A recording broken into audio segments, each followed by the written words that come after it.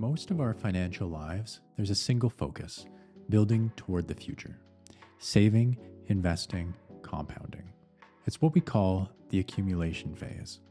But there's something that tends to get overlooked in retirement planning: the decumulation phase. For your RRSP investments, once you reach the age of 71, the CRA requires you to begin drawing down your accumulated wealth. At this phase, the question is whether the portfolio can sustain those withdrawals over a retirement that may span 20 or 30 years. The primary risk to your plan likely isn't a lack of growth within these accounts. Today, we're going to walk through why the investment you choose inside your RRIF, your Registered Retirement Income Fund, matters. The transition from an RRSP to a RRIF isn't optional. By December 31 of the year you turn 71, your RRSP must be collapsed. If you hold assets at a custodian like Olympia Trust, they typically require written instructions by September 30 of that year. If those instructions don't come in, some custodians will convert the account automatically to a self-directed RRIF, while others may collapse the RRSP entirely, triggering a fully taxable cash payout. Your investments don't necessarily need to be sold, but the tax structure changes, and that change is permanent. Always consult with your financial professional as you approach this timeline. The CRA sets a minimum withdrawal based on your age as of January 1. At age 71, that factor is 5.28%. On $1 million account, that's $52,800 that has to leave the account, and that percentage rises each year. By age 80, it reaches 6.82%. Now here's a detail that many retirees miss. When you take only the minimum, the bank deposits the full amount into your account. No tax is withheld at source, but that money is still taxable income. If your marginal rate is 33%, you'll owe $17,400 on that $52,800 when you file your return, months after the money was deposited. And if you take more than the minimum, the bank does withhold tax on the excess, but at graduated rates of 10, 20, and 30%. Those rates are often lower than the actual marginal rate, so even with withholding, you may owe a balance at tax time. The point is, withholding is not the same as taxation. It's worth understanding the difference before you begin withdrawals.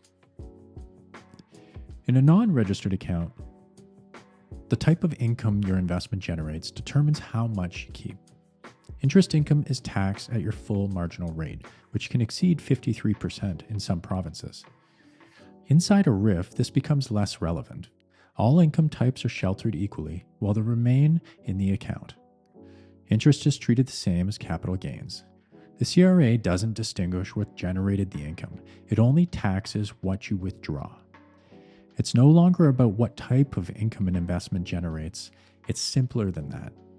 How much does it yield, and how reliably does it do so? The products you may have avoided in years because of their tax profile may actually be the ones best suited for the account that you're now managing.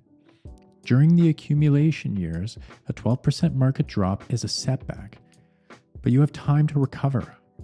You're still working, still contributing, and the portfolio has years to regain lost ground. In decumulation, that margin disappears. Percentage losses and percentage gains aren't symmetrical. A 10% loss doesn't require a 10% gain to recover. It requires 11.1%. A 20% loss requires a 25%. A 50% loss requires a full 100% gain just to get back to where you started. Inside a RRIF, that asymmetry is compounded by a second factor, which are the mandatory withdrawals. Let's say you start with $1 million RRIF. The market drops 20% and your balance falls to $800,000. On its own, you need a 25% gain to recover.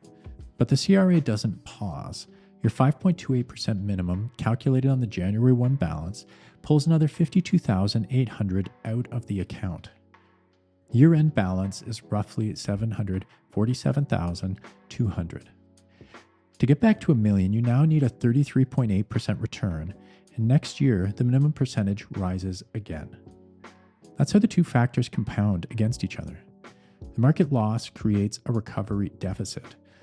The mandatory withdrawal widens it. Each subsequent year of withdrawals increases the return required to recover, even if markets are moving in the right direction. The goal within a RRIF is to generate what we call a yield spread, where the income your investment produces exceeds the government mandatory withdrawal requirement. At Morrison Financial, we target an 8.75% annual distribution in our junior fund today. At age 71, the CRA only requires 5.28%. Assuming the fund achieves its target distribution, that surplus stays inside the RRIF and compounds tax deferred. Over 10 years, achieving our target yield in the mortgage fund scenario would project a portfolio value of $1,316,489, assuming no capital loss or borrower defaults. These target yields are not always guaranteed, but this, as it compares to the balanced portfolio, which would be earning a steady 6% with no market shock, would just sit at just over $1 million at the same time frame. Even in calm conditions, mandatory withdrawals consume nearly all of the growth. At age 80, the CRA minimum is 6.82%. On the mortgage fund's projected balance, that works out to roughly $7,500 a month in retirement income. On the balanced portfolio balance, it's roughly $5,700 a month. This is a projected difference of about $1,800 a month. This is possible because the mortgage income is contractual. It comes from borrower interest payments secured by real property. It doesn't depend on market sentiment.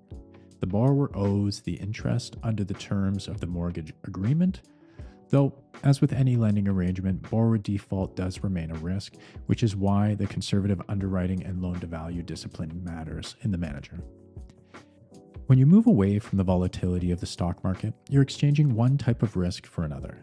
In a private mortgage fund, you cannot sell your units on a Tuesday afternoon because you need cash. Redemptions are subject to notice periods. That's the trade-off. You're choosing to position yourself as the bank, accepting lower liquidity in order to avoid the sequence of returns that may erode traditional portfolios during decumulation.